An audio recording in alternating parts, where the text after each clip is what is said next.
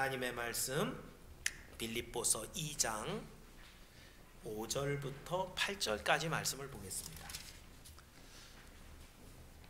빌립보서 2장 5절부터 8절, 제가 가진 성경으로는 신약성경 319면 정도에 있습니다.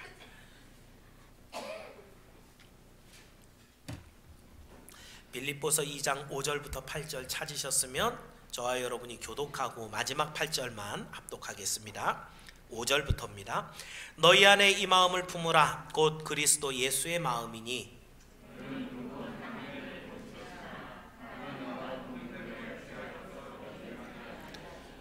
오히려 자기를 비워 종의 형체를 가지사 사람들과 같이 되셨고 사람의 모양으로 나타나사 자기를 낮추시고 죽기까지 복종하셨으니 곧 십자가에 죽으심이라.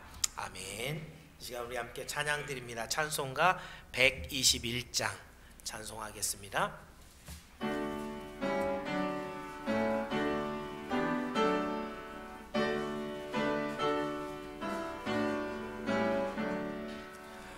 우리 그 지나신 날 목자 영광 볼 때에 전사 찬송하는 말 예수가 연나셨네.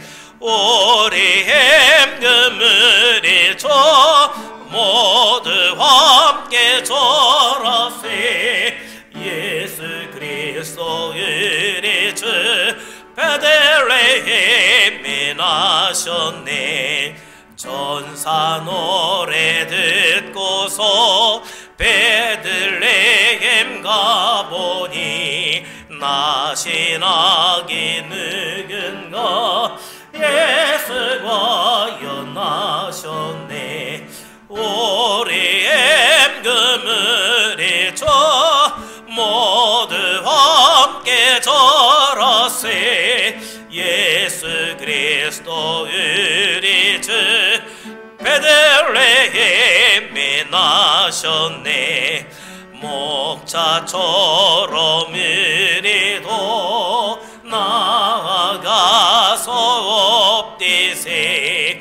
오늘 다윗 성에서 예수가 연나셨네. 우리 임금을 줘 모두 함께 절하세. 예수 그리스도 우리 주 베들레헴에 나셨네. 아멘. 기도하겠습니다.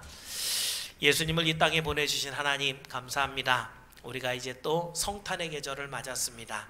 우리 예수님을 더 많이 묵상하고 예수 안에 담겨있는 큰 기쁨을 발견하기 원합니다. 하나님이여 도와주셔서 우리 안에 예수 그리스도가 늘 좌정하도록 우리 마음을 비우게 하여 주옵소서. 그 빈자리에 우리 주님 오셨을 때 주의 말씀이 풍성히 임하고 주의 능력이 임하고 주의 평강이 임하여 오늘도 주와 동행하는 행복하고 복된 삶을 사는 우리 모든 성도가 되기를 원합니다. 하나님, 이 시간 주의 복음을 허락하여 주옵소서. 예수님의 이름으로 기도하옵나이다. 예, 감사합니다. 2021년이 이제 한 달밖에 남지 않았습니다. 작년에 이어서 두 번째로 코로나로 한 해를 보냈는데 참 불확실한 게 너무 많죠, 그죠? 예배도 어제는 몇 명 드리라 그리고 뭐 20%, 10%. 지금은 뭐 변이 바이러스가 생겼다고 하지만 방역 단계상 몇 명 이건 지금 규정이 없습니다. 그래서 이제 백신 맞은 분들이 이제 많이 이렇게 계셔야 또 더 많이 방역이 좀 도움이 되고 이럴 것 같은데요. 이 2년 동안 여러분에게 좀 변화가 있다면 이런 것들이 좀 있어야 되지 않을까 싶습니다. 그동안에 우리가 일상 그냥 아침에 해 뜨는 게 당연하고 건강하게 당연하고 주일 되면 예배 드리는 게 당연했는데 당연한 게 아니죠, 그죠? 이 생각지도 못했던 바이러스가 하나 딱 등장하고 나니까 하나님이 지켜주시지 않으면 당연한 일상이 당연한 게 아닙니다. 그러니 우리가 정말 얼마나 하나님 앞에 큰 은총을 누리며 살았는가, 이것을 우리가 다시 한번 2년 동안 더 많이 깨닫고 여러분의 마음속에 예배를 향한 갈망이 더 크게 일어나게 되기를 축원합니다. 자, 이렇게 수고로운 1년을 마치는데 이제 우리 선양교회는 특징이 뭐냐면 11월까지 한 회기를 마칩니다. 재정이 거기서 이제 정리가 되고 12월 달은 새 재정이 이제 시작이 됩니다. 그래서 오늘 예배 후에 예결산 재직회가 있어서 결산한 것을 통과시키고 다음 주에는 예결산 공동회로 이제 모이게 되는데요.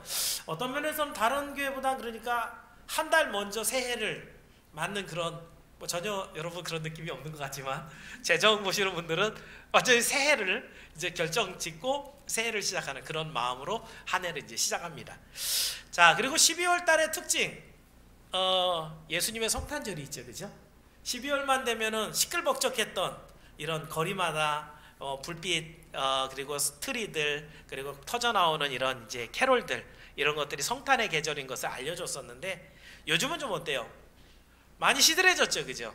예, 우리 예수님이 뭐 능력이 줄어드는 것도 아니고, 그죠? 구원의 문이 더 좁아진 것도 아닌데 왜 성탄절을 이렇게 사람들이 많이 즐거워하지 않을까요? 종말이 가까우기 때문입니다. 하나님께서 이제 당신의 독생자 예수님을 보내기 전까지 계시록에 기록된 대로 보면 적그리스도들이 생겨나고 온전한 믿음을 가진 사람들이 적어진다고 하고요. 그리고 예수님도 내가 올 때에 믿음을 보겠느냐 이렇게 말하시거든요. 그러니까 점점 갈수록 예수님을 믿는 사람들이 줄어들고 성탄절의 즐거움과 중요성들을 잊어버리고 그리고 자기 멋대로 살아가는 이런 세대가 되고 맙니다. 여기에 여러분이 같이 부합해서 달려가면 안 되겠죠, 그죠? 다른 사람들은, 세상 모든 사람들이 할로윈을 외치고 그리고 그 성탄절을 축제같이 자기 즐거운 대로 보내지만 이 12월 달 예수님이 오신 성탄절을 중심으로 더 많이 예수님을 묵상하고 그 예수님 앞에 여러분 마음을 드리는 우리 모두가 되기를 주의 이름으로 축원합니다. 그래서 12월 달 테마를 예수님으로 잡아봤습니다. 뭐 굉장히 진부한 그런 테마일 수 있지만은 사실은 성도에게 있어서 가장 중요한 주제죠. 예수님이 없으면 우리 아무것도 아니거든요. 예수님에 대해서 우리가 많이 아는데 근데 예수님에 대해서 얼만큼 많이 묵상하고 살아가는가, 이건 또 다른 얘기입니다. 이번 12월에 우리가 생각해 볼 것은 예수님이 어떤 분인지, 또 무엇을 우리가 예수님으로부터 본받아야 되는지, 그의 제자로 살아간다는 것이 어떤 것인지 살펴보려고 합니다. 특히 오늘 본문은 여러 가지 예수님에 대한 이야기 중에요, 예수님이 낮아지신 것에 대한 이야기를 하고 있습니다. 겸손인데요. 지난 주일에 우리 각 기관들이 총회를 했습니다. 어떤 기관은 뭐 이렇게 임원들이 그대로 유임되기로 하고 그랬는데요. 임원들이 선출되었을 때 이제 임원들은 내년에 뭐 세상에선 그렇잖아요. 무슨 선거가 있고 그러면 제가 이 자리에 올라가면 이렇게 하겠습니다, 막 공약들 내놓고 그러잖아요, 그죠? 그럼 우리 임원들도 하나님으로부터 직분을 받을 때, 어떤 하나님의 직을 맡을 때 어떤 마음이 있어야 돼요? 예, 제가 이것을 이렇게 열심히 잘 감당하겠습니다, 이런 것이 있어야 되는데 그 기준은 항상 예수님입니다. 예수님이 어떻게 하셨는지 이걸 보고 우리도 거기에 맞게 따라가는 그런 일꾼이 되겠습니다. 한마디로 오늘 말씀대로 하면 겸손하게 우리 회원들을, 우리 교회를, 우리 성도들을 받들어 섬기는 이런 일들을 하는 것이 바로 임원입니다. 오늘 말씀을 통해서 예수님의 겸손한 모습을 여러분이 확인하시고 우리 교회와 성도들을 정말 겸손하게 잘 받들어 섬기는 우리 모두가 되기를 주의 이름으로 축원합니다. 그래서 오늘 드리는 말씀 제목을 예수님의 겸손, 그래서 세 가지 정도 살펴봅니다. 첫 번째는요, 겸손의 기준은 하나님의 뜻에 있다라는 것입니다. 자, 6절부터 11절, 오늘 우리가 본문은 5절부터 8절을 잡았는데요, 원래 6절부터 11절까지 6개 절은요, 모세가 바울이 지금 빌립보서를 이렇게 기록을 했잖아요. 그런데 이건 바울의 독창적인 창작이 아닙니다. 왜냐하면 이건 초대교회에서 늘 불렀던 노래 구절이었어요. 그걸 인용한 거죠, 어떤 면에선. 그런데 보면 6절부터 8절까지는 예수님이 낮아지신 것에 대한, 또 9절부터 11절까지는 예수님이 그 다음에 높아지신 것에 대한 이야기들을 쓰고 있어요. 그러니까 우리가 여러분 생각할 때 초대교회 성도들이 우리가 아는 것만큼 예수님에 대해서 자세히 정확하게 알고 있었을까? 어때요? 그렇습니다. 왜냐하면 예수님을 직접 봤던 사도들이 거기에 살아서 직접 말씀을 전했잖아요. 그죠? 그러니까 예수님에 대해서 가장 생생하고 정확하게 전했을 거예요. 그래서 이들이 이걸 잊어버리지 않기 위해서 어떻게 했다는 거예요? 노래를 불렀다는 거죠. 그래서 여기 말씀드린 6절부터 8절은 예수님의 낮아지심, 그리고 9절부터 11절까지 예수님의 높아지심. 여러분도 그런 찬양들 많이 부르지만 이런 예수님의 본질적인 모습도 한번 여러분이 묵상하면서 찬양하는 게 정말 중요한 일입니다. 무엇보다도 이제 오늘 본문에는요, 예수님의 낮아지심에 대한 이야기를 할 건데요, 거기에 중심에는 예수님의 겸손하심이 담겨 있습니다. 우리가 먼저 생각할 것은, 그러면 제가 첫 주에 늘 하는 얘기는 단어에 대한 의미, 겸손이 뭐냐. 세상에서는 여러분 겸손이라고 하면은 그냥 자기가 잘난 척 안 하고 낮추는 거죠, 그죠? 또는 어른 앞에 이렇게 공손한 모습, 또 가난한 사람 앞에 자기가 뭐 돈 있는 척 안 하고, 이런 모습들을 높은 자리에 있는데 사람들에게 이렇게 베풀고 친절하게 하는 이런 것들은 이제 겸손하다 이렇게 얘기하지만, 성경적으로 말할 때 겸손은 좀 다른 얘기예요. 성경에서 말할 때 이 겸손이라는 기준은 좀 달라요. 이것을 성경에서 그러면 찾아서 답을 줘야 되겠죠, 그죠? 미가서 6장 8절인데요, 여러분 주보에 보면 파란색으로 돼 있는 첫 번째 보면 6장 8절의 내용이 있습니다. 자, 주보에 한번 보셔서 말씀 구절 부분에 6장 8절 한번 읽어볼게요. 미가서입니다. 시작. 사람아, 주께서 선한 것이 무엇임을 내게 보이셨나니 여호와께서 내게 구하시는 것은 오직 정의를 행하며 인자를 사랑하며 겸손하게 내 하나님과 함께 가는 것이 아니냐. 여기 겸손이라는 단어가 나왔죠. 미가 선지자는 당시에 우상 숭배하고 신앙이 부패한 이스라엘 백성들에게 세 가지를 지금 요구하는 거예요. 그런데 하나님이 어떻게 살려고 원하냐면 정의를 행하고, 하나님이 의로우신 분이잖아요. 불법하고 불의한 이스라엘 백성들이 남 사기치고 빼앗고 이런 거 말고 정의, 하나님의 의로움, 이것을 행하는 것 첫 번째. 인자를 사랑하고, 여기 인자는 신약에서 말하는 사람의 아들은 아니지만 구약에서 통칭하는 인자는 하나님의 백성들을 의미합니다. 그러니까 여기에는 뭐가 들어있는 거예요? 네 이웃을 네 몸과 같이 사랑하라는 그 의미가 들어있는 것이에요. 그래서 여기에 하나님의 의로움을 행하는데 그것으로 너희 백성들을 사랑하고 아끼고, 그러니까 사기치면 안 되는 거잖아요. 뺏어가면 안 되는 거잖아요. 그리고 마지막에 겸손하게 네 하나님과 행하는 것. 자, 겸손하게가 사실은 부사같이 이렇게 연결되어 있지만 사실 겸손이 중심입니다. 그래서 네 하나님과 행하는 겸손을 하나님이 원하시는 거예요. 그러니까 겸손은 어떤 거라는 거예요? 네 하나님과 함께 행하는 것에 분명한 의미를 담고 있는 게 겸손이에요. 다시 말하면 겸손하게 하나님과 함께 간다, 함께 행한다. 거기에는 뭐가 있냐면 첫 번째는 내 뜻을 내려놓고 하나님의 뜻을 쫓아야 하나님과 함께 갑니다. 물론 예수님께서 여러분이 사망의 음침한 골짜기에 있을지라도 해를 두려워하지 않는 것은 여러분과 하나님이, 예수님이 함께 가셔서 건져주시기 때문이죠, 그죠? 그러나 사망의 음침한 골짜기로 가는 것, 여러분이 죄의 음침한 골짜기로 가는 것은 하나님의 뜻은 아니죠. 하나님 거기 가고 싶진 않았었죠, 그죠? 여러분 구원하러 가는 거죠. 하나님은 어딜 가고 싶어요? 지금 있는 대로 의로운 길, 하나님의 선함과 영광을 드러내는 이 길을 가고 싶은데 그 길을 누가 따라오라는 거예요? 여러분이 따라오라는 거예요. 그 길을 가려면 내 뜻은 거기 안 가고 싶거든요. 내가 좋아하는 것, 내가 재밌는 것, 내 주머니에 뭐가 좀 채워지는 것, 이것을 가고 싶은데 내 뜻을 내려놓고 하나님의 뜻을 따라서 주와 함께 동행하여 겸손하게 따라가는 것, 이게 뭐예요? 성경이 말하는 겸손의 의미예요. 그렇다고 한다면 여러분, 다시 말해서 지금 예수님에 대해서 이야기할 때, 예수님은 이 땅에 오실 때 뭐 때문에 오신 거예요? 가장 중요한 것, 십자가를 지러 오신 거예요. 이 십자가가 얼마나 고통스러운 걸 다 아셔요. 그래서 당신께서 기도하실 때 정말 처절하게 마지막 겟세마네에서 기도할 때 이 잔이 내게서 지나가게 없어서 내 뜻은 어떻다는 거요?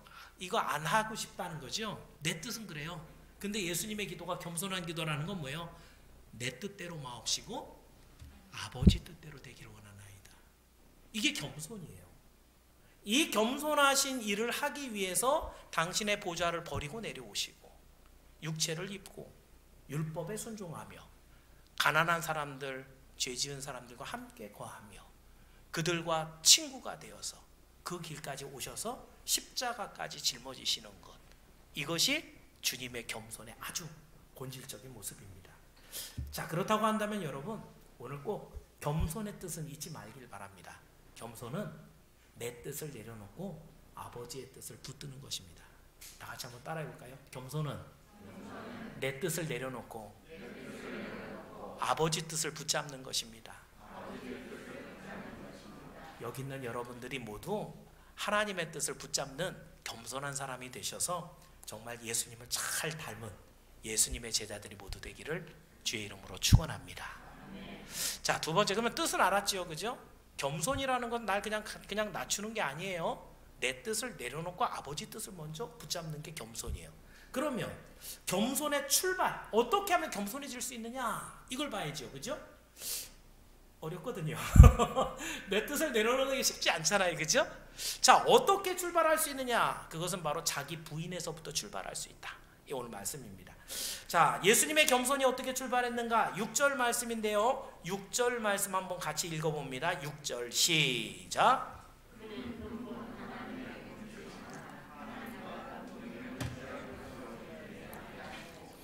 여러분, 근본 하나님의 본체라는 얘기는 하나님이시라는 얘기죠.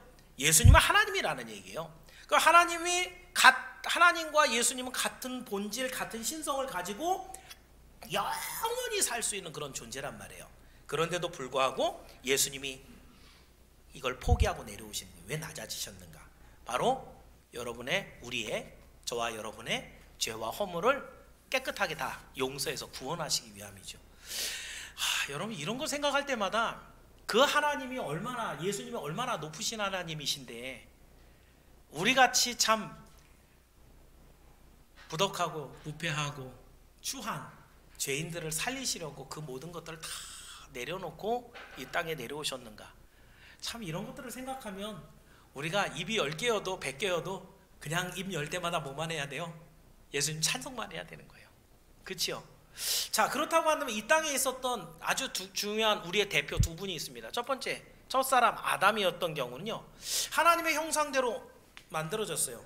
죄도 없었죠. 깨끗했죠. 아주 존귀했어요. 피조물 중에 가장 최고였어요. 하나님이 만들어 놓고 보시기에 심히 좋았더라. 그리고 모든 세상 만물을 네가 다스려라, 정복해라 라고 모든 실권을 아담에게 줬어요. 아담이 그러니까 이런 하나님 만들어줬지요, 생명 줬지요, 거기다 지혜와 능력, 형상까지 줬지요, 그 모든 것들을 다스릴 그런 모든 권한까지 줬지요. 그럼 아담 뭐 해야 돼요? 진짜 영원토록 하나님만 찬양해도 정말 부족한 게 아담의 모습인데, 아담에게 어떤 생각이 들어왔느냐 하면 하나님처럼 되고 싶었어요. 뱀이 꼬일 때 그랬죠. 너희가 이 선악과를 먹는 날에 눈이 밝아져 하나님과 같이 되리라. 그러니까 자기 생각에는 하나님만큼 되고 싶은 거예요. 하나님만큼 존귀하게 되고 싶은 거예요. 그래서 결국 금단의 열매를 따먹고 죄가 우리 가운데 들어와서 우리는 그를 통해서 태어난 우리 모두는 이제 죄와 사망과 그 심판을 피할 수가 없는 참 부패한 존재들이 되고 말았습니다. 자, 이렇게 완전 죽어있는 우리들을 위해서 오신 분이 두 번째 우리의 대표가 바로 예수 그리스도죠. 아담하고 비교해 본다면 아담도 아까 제가 말씀드렸지만 하나님의 형상대로 만들고 죄도 하나도 없이 존귀한 최고의 존재로 이 땅에 만들어졌지만, 예수님은 어때요? 아담보다 어마어마하게 위대한 분이잖아요. 말할 수 없을 만큼 존귀하신 그 예수님이, 더 크고 놀라우신 예수님이, 하나님의 본체이신 예수님이 인간의 몸을 입고 오셨어요. 그래서 하나님의 갖고 계셨던 모든 그런 권리를 포기하고 낮아지고, 그리고 오신 이유가 흠없는 어린 양이 돼서 우리의 죄를 위해서 대신 죽으러 오신 거예요. 이처럼 예수님의 겸손은 자기를 먼저 포기하는, 부인한다라는 표현이 사실은 좀 쉽지 않은 표현입니다. 부인한다는 얘기는 우리가 보통 뭐 이렇게 범죄자를 했는데 그 범죄 사실을 제가 안 했는데요, 이걸 부인한다 그러죠, 그죠? 예, 자기를 부인한다는 얘기가 뭐예요? 내가 아니라는 거예요. 나는 난데, 내가 가진 신분이 있는데, 내가 해야 되는 권리가 있는데, 내가 가질 수 있는 뭔가 이권이 있는데 이게 아니라는 거예요. 이게 자기 부인이에요. 이제는 내 안에 그리스도가 들어온 이후에는 내가 사는 거 아니고 그리스도께서 사는 것이라. 이 말씀 안에는 철저한 자기 부인이 들어있어요. 이제는 옛사람의 모습대로 내 욕심대로 살아가는 게 아니라, 나는 이걸 하고 싶은데, 나는 이걸 먹어야 되는데, 나는 오늘 이걸 즐겨야 되는데, 이걸로 인해서 내가 사람들 앞에 높아져야 되는데, 이게 내 목적이었는데 이게 부인돼 버리는 거예요. 이게 아닌 거예요. 이게 자기 부인이에요. 자기를 부인하는 것이 얼마나 어려운 일인가. 그런데 그걸 누가 보여주신 거예요? 가장 먼저 예수님이 보여주시는 거예요. 여러분이 부인할 수 있는 많은 것들, 버릴 수 있는, 포기할 수 있는 뭐 여러 가지 있겠죠. 뭐 지금 이 자리에 나오려면 일단 시간을 포기하고 여기 나오시는 거잖아요. TV 볼 수 있는, 놀러 갈 수 있는, 또 하나님 앞에 드릴 희생과 헌신, 수고하는 거. 나 그냥 누워서 자면 되는데 오늘 나와서 내가 수고해야 되는 거, 하나님 앞에 드린 연보, 하나님 앞에 드린 기도, 이런 모든 것들이, 여러분이 이건 내가 안 하고 다른 거 하고 싶은 게 얼마든지 있는데도 불구하고 이걸 부인한다는 게 너무너무 어려워요. 이렇게 하는 분들이 사실은 많이 있을 거예요. 근데 예수님 입장에서는요, 예수님 하나님이잖아요. 그 하늘 보좌에 있으면 그 많은 천사들의 찬양을 받으며 영원토록 즐겁게 하나님과 사실 수 있는데, 당신의 자리 자체를 부인하시고 포기하신 거예요. 그 보좌를 버리고 이 땅에 오시는데, 오셔서 그러면 이 땅에서 뭐 왕같이 하나님같이 막 군림하셨느냐? 그것도 아니에요. 성탄절이지요. 예수님 어떻게 오셨어요? 애기 몸을 입고 오시다. 애기 몸을 입고. 예수님이 언제부터 자기 의식이 있었는지는 잘 모르겠어요. 태어난 그 순간서부터, 앵앵앵앵 우는 순간서부터 예수님이 나는 하나님의 아들인데 벌써 알고 계셨는지 잘 모르겠어요. 적어도 누가복음을 보면 12살 이후에는 계신 것 같아요. 그죠? 12살 이후에는 내가 아버지의 집에 있을 줄을 알지 못하셨나이까 이러잖아요. 그죠? 그러니까 언제 사이에 예수님이 자기 의식이 있어서 신의 의식이 있었는지 모르지만, 적어도 예수님은 이 땅에 오신 순간서부터 육신에 갇혀서 여기 있으면 저기 못 있고요. 특히 아기 같은 경우는 응가해 놓으면 엄마가 안 치워주면 척척하고 더러운 냄새나는 그 기저귀를 그대로 있어야 되잖아요. 배가 고프면 울어야 되는 수밖에 없죠. 엄마가 젖을 안 주면 뭘 먹을 거예요? 이런 자기 제한, 예수님의 자기 포기, 이 우리는 늘 아기로 태어나서 자라나는 것이 당연하니까 뭐 예수님도 그렇게 오시지 뭐 라고 생각할지 모르지만, 육체가 멀쩡한 상태에서 장애가 왔을 때 그 이전의 모습을 생각할 때 얼마나 처절하고 안타깝습니까? 앞으로 회복되지 않는 그런 모습들을 생각할 때 얼마나 힘듭니까? 근데 예수님이 어떻다는 거예요? 당신께서는 무소부재하신 분이었단 말이에요. 그런데 아기 몸을 입고 이 땅에 왔을 때 얼마나 자기가 힘드셨을까? 이건 우리로서는 정말 상상도 못할 만한 어려움들이 그 안에 있었을 겁니다. 그 예수님이 오셔서 이 땅에 오셔서 왕이 아니라 섬기는 자, 겸손한 자가 되셨습니다.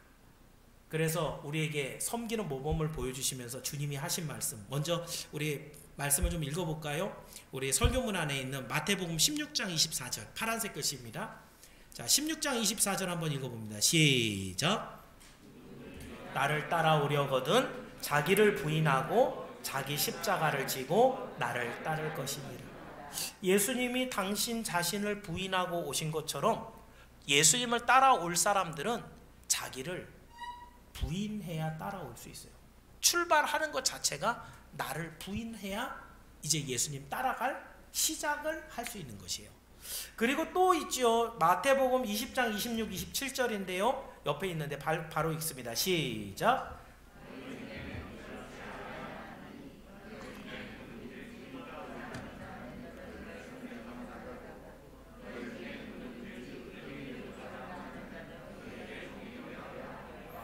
아멘.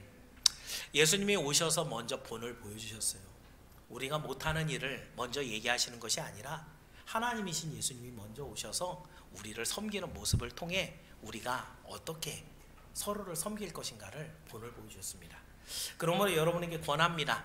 이제 교회에서 직분이나 어떤 신앙의 연륜을 가지고 내가 이만큼 높은데, 내가 이만큼 했는데, 그런 마음을 갖고 섬김 받으려고 하는 분이 없기를 바랍니다.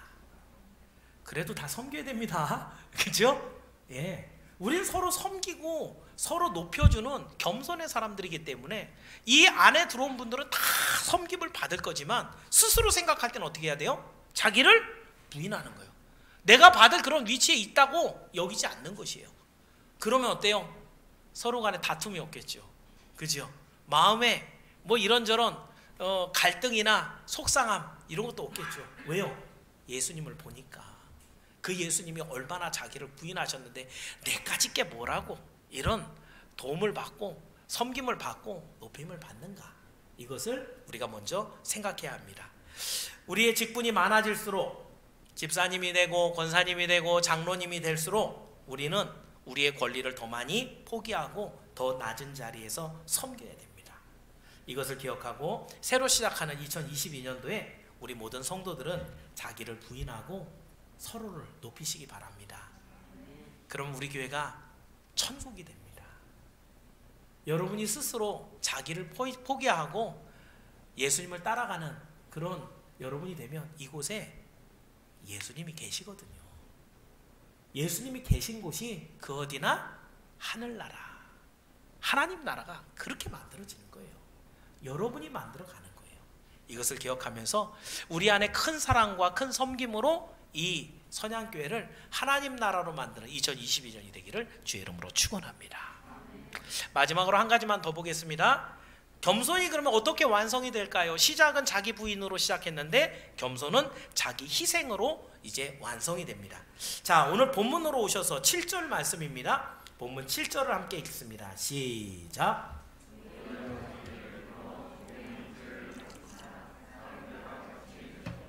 예, 그렇습니다. 종의 형체, 사람의 몸이죠. 그 사람들과 똑같이 되셨다는 거예요. 그리고 나서 8절 계속 읽습니다. 시작.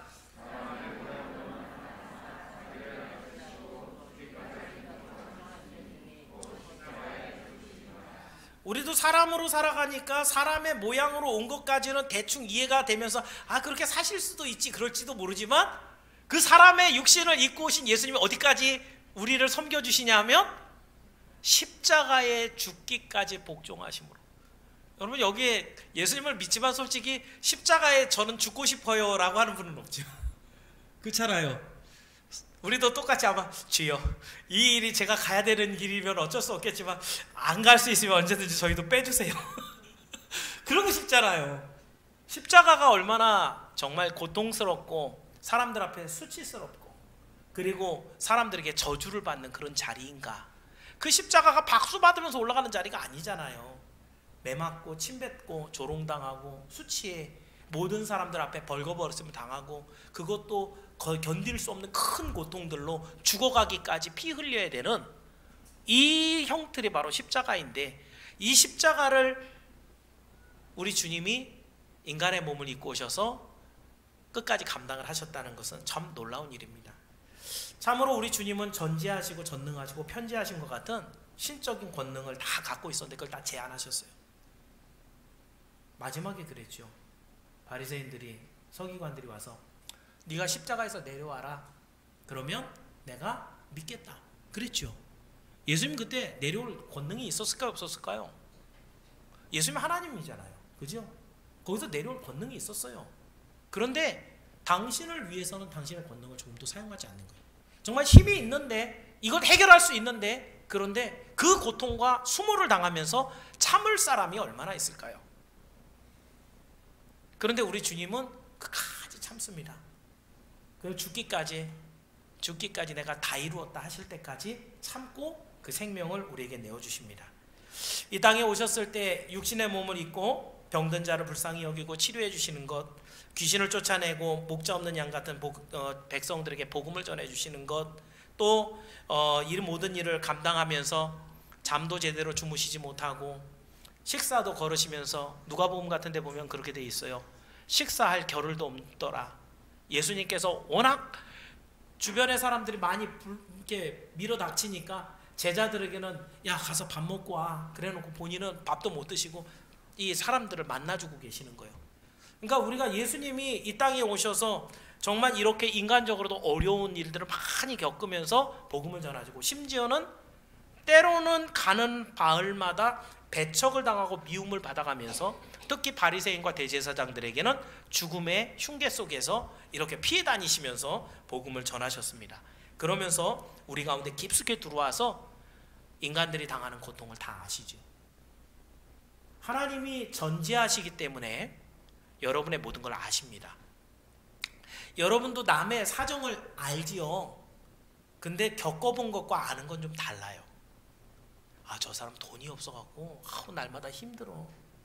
아는 것하고 진짜 내가 돈이 없어갖고 몇 끼를 굶어가면서 어디에 이렇게 손 벌릴 데도 없고 그런 어려움을 당해본 것하고 이건 천지 차이로 달라요.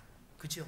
근데 예수님이 이 땅에 오셔서 육신을 입으셨다라는 얘기는 그러면서 그 모든 고난을 친히 감당해 보셨다는 것은 아시잖아요. 그죠? 전지하신 하나님이라니까요.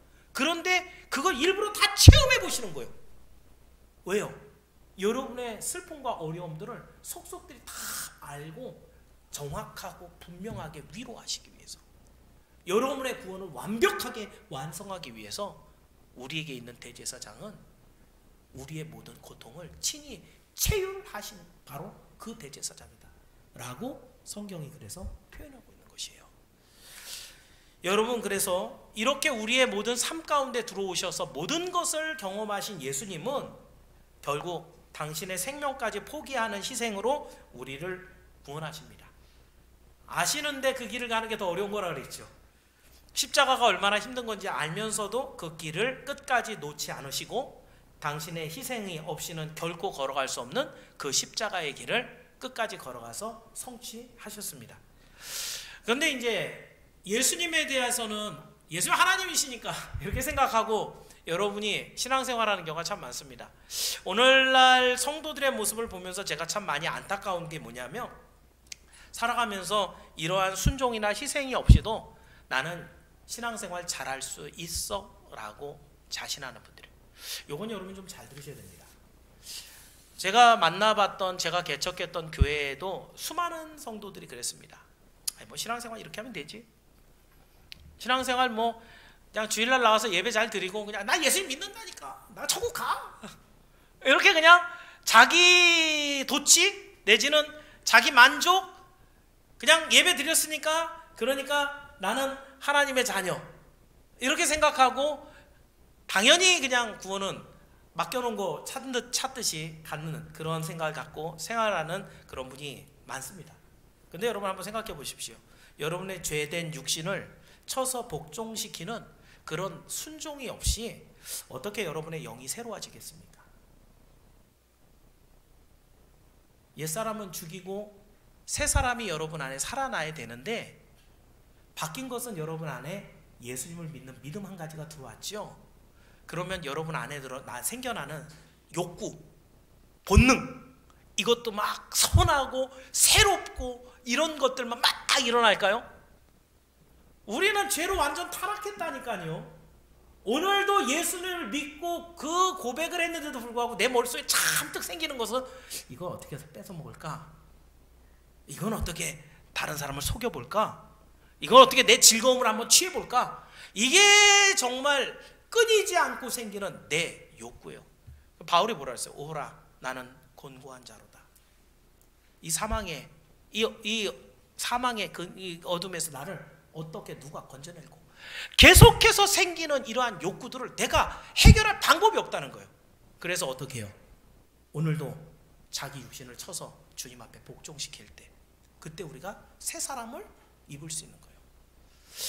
세상 많은 사람들이 예수를 믿는다고 하면서 정말 하나님 앞에 생활을 정리하지 않고 예배를 드리고 있습니다. 시간이 되면 예배 나오고 안 되면 빼먹고 예배 중심의 삶은 아니죠. 예배 중심이라는 게 뭐예요? 하나님 중심, 성경 중심, 교회 중심. 그 교회 중심 안에 가장 중요한 게 예배 중심이거든요. 예배 중심의 삶을 산다는 게 뭐예요? 모든 삶의 중심이 예배라는 거예요. 모든 스케줄을 예배에 맞추는 거예요. 모든 것들의 바쁜 일들을 막 밀어놓더라도 예배는 드리는 거예요. 이게 예배 중심이에요. 이번에 코로나 사태 때 여러분이 한번 겪어봤잖아요. 사람들이 굉장히 여러 가지 의견이 분분했어요. 코로나라고 하는 이 어마어마한 팬데믹 가운데서 우리가 어떻게 할 것이냐. 지금도 목사님들이 의견이 막 나눠져 있어요. 이 팬데믹이 와서 많은 사람들이 코로나 걸려서 죽는 것보다는 교회 예배를 일단 흩어갖고 모이지 말자. 그럼 우리 삶의 본질은 뭐예요? 목적은 뭐예요? 오래 살아남는 거예요?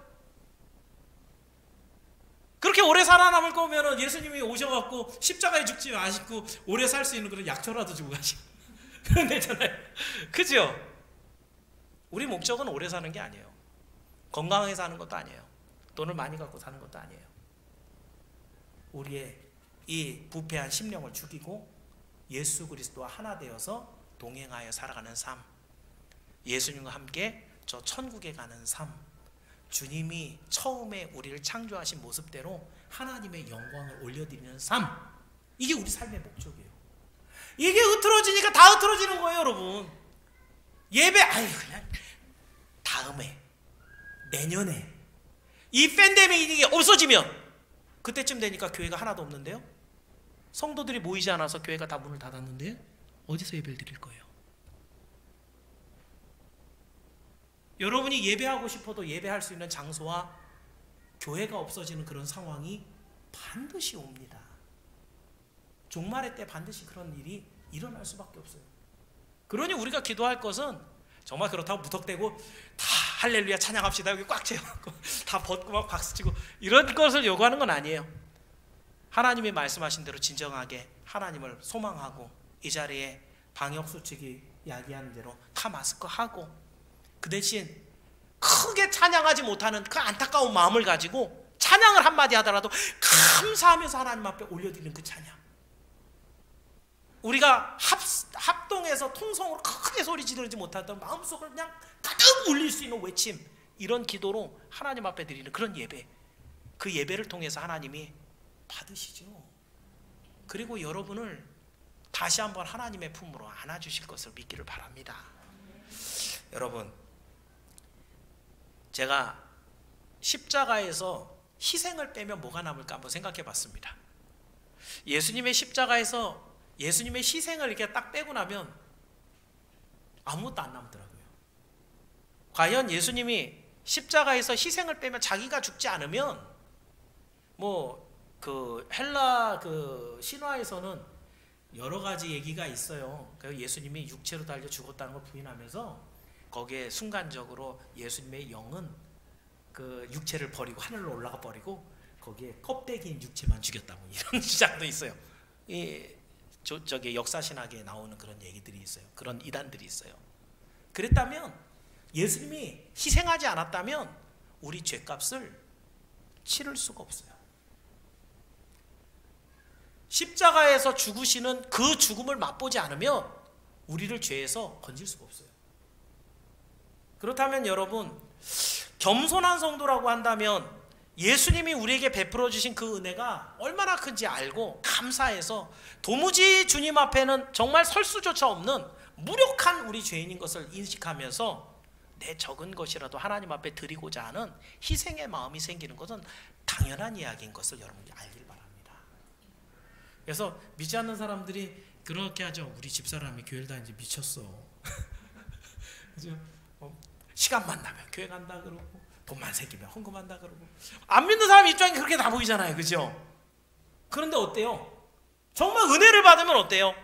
그 주님이 흘리신 그 보혈 앞에 서니까 어때요? 내가 드리는 건 아무것도 아니거든요. 사실 내 생명을 내어주신다 해도, 내어드린다 해도 주님께 드리는 것이 얼마나 가치가 되겠어요, 그 주님이 주신 것에 비하면.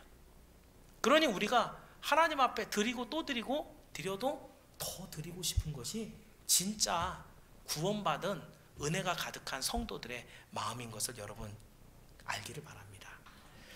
여러분, 그래서 주 앞에 겸손한 자가 되십시오. 주님의 뜻 앞에 나를 포기하고 그 겸손의 완성이 어떻게 된다고요? 내 희생이 있어야 그 겸손이 완성돼 가는 거예요. 나를 부인하는 것은 출발이에요. 그게 나는 이거 없어도 돼요 하나님, 여기에서 더 나아가면 뭐예요? 이걸 이제 대신 주님 내어놓습니다. 이게 희생이잖아요. 이렇게 갔을 때 우리의 겸손이 완성되어 간다는 거예요. 그래서 하나님께서 그런 성도에게 세상이 감당치 못하는 능력과 복을 주시는 거예요. 이런 사람들은 세상이 감당치 못하나니. 히브리서 11장에 보면 그 믿음의 선진들의 이야기를 쭉 기록하고 마지막에 이런 사람들은 세상이 감당치 못하나니. 왜요? 우리에게 갑자기 뭐 어떤 변화가 일어나는 게 아니라 그 겸손을 보여준 성도에게 하나님의 한량없는 은혜와 능력이 임해서 그 사망 앞에서도 절대로 굴하지 않는 믿음을 갖고 지켰을 때 세상이 저자들을 도무지 어떻게 한단 말이냐. 로마에 핍박하는 황제들이 예수님 믿는 사람들을 핍박할 때 이랬어요. 죽여도 보고 사자밥으로 던져도 보고 재산도 뺏어보고 자식도 눈앞에서 죽여보고 여러 가지를 했는데 죽으면서 주님 내 영혼 받아주시옵소서 웃으면서 죽고요. 사자밥으로 던지는데 그 사자밥으로 먹히는 그 얼굴들이 미소를 띠고 있고, 이 모습을 보면서 도대체 이 사람들을 어떻게 해야 된단 말이냐, 자기 신하들에게 그렇게 물어봤다고 합니다. 역사의 기록으로 남아있어요. 세상이 감당할 수가 없는 거예요. 왜요? 우리는 이 땅의 삶에서 끝나는 존재들이 아니기 때문에 그렇습니다. 그래서 여러분, 우리 주님이 말씀하신 네가 죽도록 충성하라, 그리하면 내가 생명의 관을 내게 주리라. 이 말씀 여러분 기억하면서 오늘도 주님의 은혜 가운데 교회 안에서 겸손을 완성해가는 여러분이 모두 되기를 주의 이름으로 축원합니다.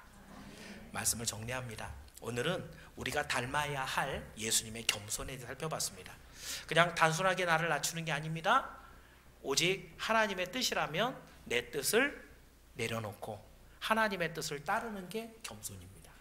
겸손은 어떻게 시작한다 그랬어요? 내가 취해야 할 권리, 신분, 위치 이런 것을 내려놓는 것부터 겸손을 시작할 수 있어요. 그리고 그 겸손의 완성은 내 희생과 헌신을 통해서 하나님 앞에 드려졌을 때 그 겸손은 완성되어서 네가 겸손하다, 주님이 평가해 주시는 거예요.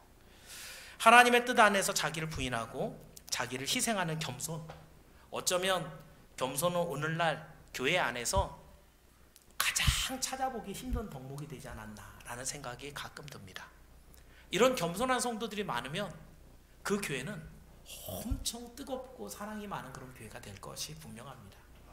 바라기는 우리 선양교회가 지금까지 그랬지만, 그렇죠? 지금까지 그랬지만 새로 맞는 2022년에는 더 많은 겸손의 사람으로 이 자리를 가득 채워서 우리 하나님이 정말 기뻐하시고, 이 세상에 천국이 있나? 그럼 선양교회 가봐라, 이런 평가를 받을 수 있는 우리 교회가 되기를 주의 이름으로 축원합니다. 기도하겠습니다.